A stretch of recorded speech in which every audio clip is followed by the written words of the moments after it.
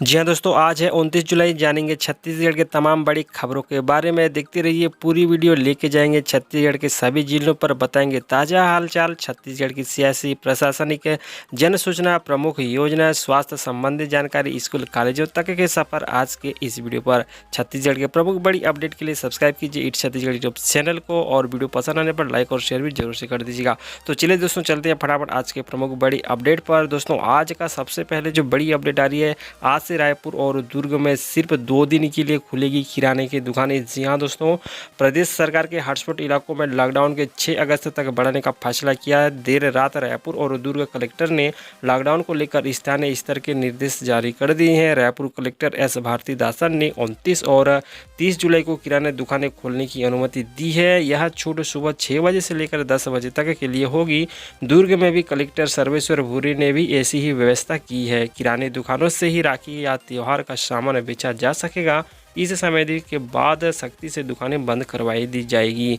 इसके बाद किराना दुकानें 6 अगस्त तक बंद रहेगी। तो दोस्तों, इस तरह से बड़ी अपडेट आती हुई रायपुर और दुर्ग में सिर्फ 2 दिन के लिए जो किराना की दुकानें खुलेगी, वो भी सुबह 6 बजे से लेकर 10 बजे तक। तो वहीं दोस्तों, दूसरी और बड़ी अपडेट है, छत्तीसगढ़ में स्वास्थ्य विभाग के रिक्त हैं 5,449 पद। इनमें से 2100 नियमित और 3,449 पदों पर होगी संविदा भर्ती। तो पूरी जानकारी कुछ इस तरह से दोस्तों, कोरोना वायरस संक्रमण के बढ़ते मामलों के बीच राज्य सरकार ने हेल्थ डिपार्टमेंट में 5,549 पदों पर भर्ती आदेश जारी किया है। इन पदों पर नियुक्ति के लिए वित्त विभाग ने मंजूरी भी दे दी है। इनमें 3,449 पदों पर संविदा और 2,100 यानी कि 2100 पदों पर नियमित भर्ती का सरकार ने निर्णय लिया है। दरअसल अमले की कमी के कारण राज्य में कोरोना संक्रमण के उपचार में परेशानी हो रही है। इससे निपटने के लिए ही राज्य सरकार ने तत्काल पदों पर भर्ती करने का निर्णय लिया है। तो वहीं दोस्तों, दूसरी ओर कोरबा से अपडेट आती हुई, 6 अगस्त तक रहेगा लॉकडाउन, लेकिन खुली रहेगी ये दुकानें, प्रशासन ने दिए निर्देश। जी हां दोस्तों, कोरोना के तेजी बढ़ रहे संक्रमण को देखते हुए छत्तीसगढ़ के कई शहरों में टोटल लॉकडाउन किया गया है। वहीं कल सीएम भूपेश बघेल की अध्यक्षता में हुई बैठक के बाद अधिक संक्रमण वाले इलाकों में 6 अगस्त तक टोटल लॉकडाउन बढ़ाने का फैसला लिया गया है। इसी कड़ी में कोरबा जिला प्रशासन ने भी 6 अगस्त तक लॉकडाउन बढ़ाने का फैसला लिया गया है। तो वहीं दोस्तों, लॉकडाउन के दौरान जिला प्रशासन की ओर से जारी निर्देश के अनुसार जिले में अब 6 अगस्त तक लॉकडाउन रहेगा। इस दौरान राखी की दुकानें को अनुमति नहीं है, लेकिन किराना दुकानों में राखी बेचने की छूट दी गई है। वहीं आवश्यक दुकानों के लिए सुबह 6 बजे से 10 बजे तक का समय दिया गया है। तो वहीं दोस्तों, दुर्ग से इस गांव की महिलाएं कीटनाशक और जैविक खाद बेचकर कमा रही है लाखों रुपए। जी हां दोस्तों, लॉकडाउन और कोरोना संकट के बीच महिलाओं ने जैविक खाद को आमदनी का जरिया बनाया है। दुर्ग जिले में गांव में तैयार हो रहे जैविक खाद की चर्चा पूरे प्रदेश में है। जिले में गोठानों में मनरेगा के तहत 1147 नापेड और 1093 वर्मी कंपोस्ट और 1007 अजोला टंकियां बनाई गई हैं। इन टंकियों में जैविक खाद बनाई जा रही है। इन गोठानों से जुड़ी महिलाओं ने वर्मी कंपोस्ट, गोबर खाद, अजोला बेचकर करीब 6.50 लाख रुपये कमाए हैं। वहीं सामुदायिक बाड़ियों में ऑर्गेनिक सब्जी उगाकर ग्रामीण महिलाओं ने अच्छी आमदनी अर्जित की है। और इन सफल महिलाएं स्व सहायता समूह के लिए तो वीडियो पर लाइक जरूर से बनता है, और उनके लिए अच्छा सा प्यार सा कमेंट भी जरूर से कर दीजिएगा। जी हाँ दोस्तों, डोंगरगांव में गणेश पर्व को लेकर एसडीएम ने दिए बैठक कर जरूरी दिशा व निर्देश। जी दोस्तों, नगर में भगवान गणेश की मूर्ति बनाने और उनकी स्थापना को लेकर मूर्तिकारों और पंडाल समितियों की बैठक नगर पंचायत सभागृह में आयोजित हुई थी। इस बैठक में बड़ी संख्या में मूर्तिकार एवं समितियों के सदस्यगण शामिल हुए। कोरोना वायरस के संक्रमण की संभावना को देखते हुए बैठक में एसडीएम ने आवश्यक दिशा और निर्देश जारी किए हैं। तो दोस्तों, बैठक में भगवान गणेश मूर्ति की 4 फीट तक ही बने रहने के निर्देश किया गया है। साथ ही गणेश पंडाल के लिए भी एक निश्चित साइज तय किया गया है। इस संबंध में एसडीएम ने बताया कि सामान्य पारंपरिक तौर पर ही भगवान गणेश शहर में अनेक पंडालों में विराजमान होंगे, लेकिन शासन के गाइडलाइंस के अनुसार सोशल डिस्टेंसिंग का पालन करते हुए ही पूजन वर्जन किया जाएगा। वहीं पूजा आरती के दौरान इन नियमों का पालन करना पंडाल समितियों की महती जिम्मेदारी होगी। वहीं इस बैठक के बाद उपस्थित अधिकारियों ने प्रतिमा विसर्जन के लिए नगर पंचायत के पीछे बने गड्ढे को कुंड के रूप में उपयोग करने के लिए निरीक्षण किया और मूर्ति विसर्जन इसी स्थल पर करवाने की बात की है। वहीं दोस्तों, दूसरी ओर खबर आ रही है, राजनांदगांव से अमृत मिशन से बनी टंकी 80% आबादी को मिल रहा है नलों से पानी। जी हाँ दोस्तों, शहर में बजरंगपुर नवागांव वार्ड में निवासियों को वर्षों बाद नलों से पानी नसीब हो रहा है। केंद्र सरकार की अमृत मिशन योजना के तहत बनी पानी टंकी में वार्ड में पानी की सप्लाई शुरू हो गई है। अब यहाँ के लोगों को पानी के लिए टैंकर का इंतजार नहीं करना पड़ेगा। शहर में बजरंगपुर नवागांव वार्ड में अमृत मिशन के तहत बनी टंकियों की टेस्टिंग का काम भी दोस्तों पूरा हो गया है। तो दोस्तों इस तरह से खबर आती हुई राजनांदगांव से, जहां पर अमृत मिशन से बनी टंकी में 80% से ज़्यादा लोगों को मिल रहा है स्वस्थ नलों से पानी। तो दोस्तों अगर आपके गांव, शहर, मोहल्ले में अमृत मिशन की योजना के तहत क्या टंकी बनी है नहीं, नीचे कमेंट पर जरूर बताइएगा।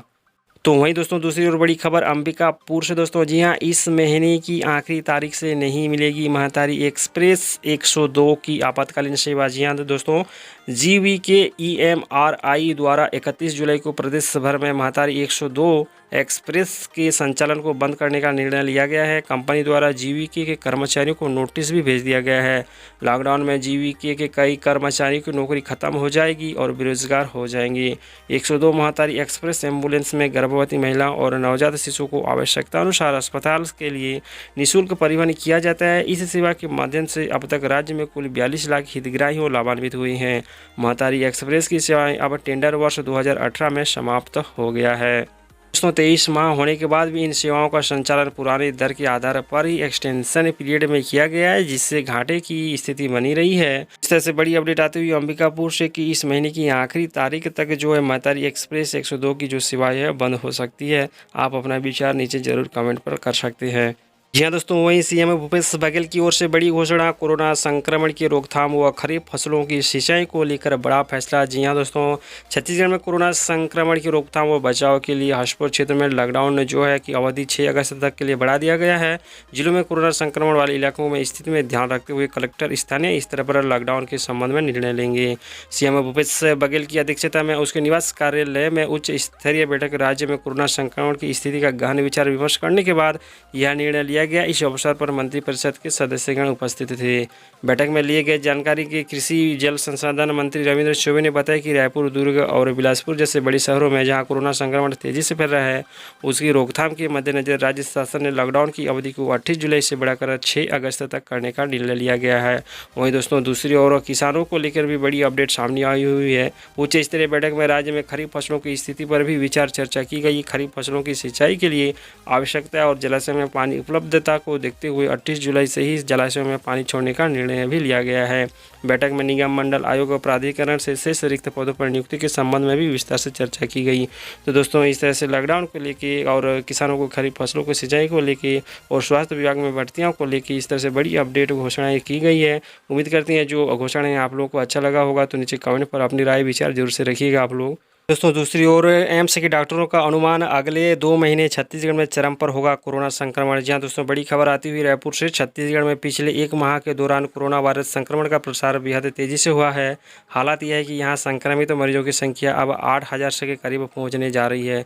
रोजाना राज्य में सैकड़ों नए केस सामने आ रहे हैं और लोगों इस बात की चिंता है कि आखिर यह वायरस संक्रमण कब खत्म होगा। अब दोस्तों इन हालातों के बीच रायपुर स्थित अखिल भारतीय आयुर्विज्ञान संस्थान एम्स के प्रमुख डॉक्टर नितिन एम नागरकर का ताज़ा बयान सामने आया है। उन्होंने कहा कि राज्य में फिलहाल संक्रमण के हालात और मौजूद संकेतों को देखते हुए अनुमान लगाया जा सकता है कि आने वाले अगले 2 माह में राज्य में कोरोना संक्रमण अपने चरम पर होगा। यानी इस दौरान लोगों को पूरी तरह से सचेत रहना होगा और सावधानी के साथ जिंदगी जीना होगा। तो एम्स के डॉक्टरों की ओर से बड़ा बयान आता हुआ है। दोस्तों कहा जा रहा है कि आने वाले 2 महीने तक छत्तीसगढ़ में जो कोरोना संक्रमण है वो अपने चरम पर रहेगा।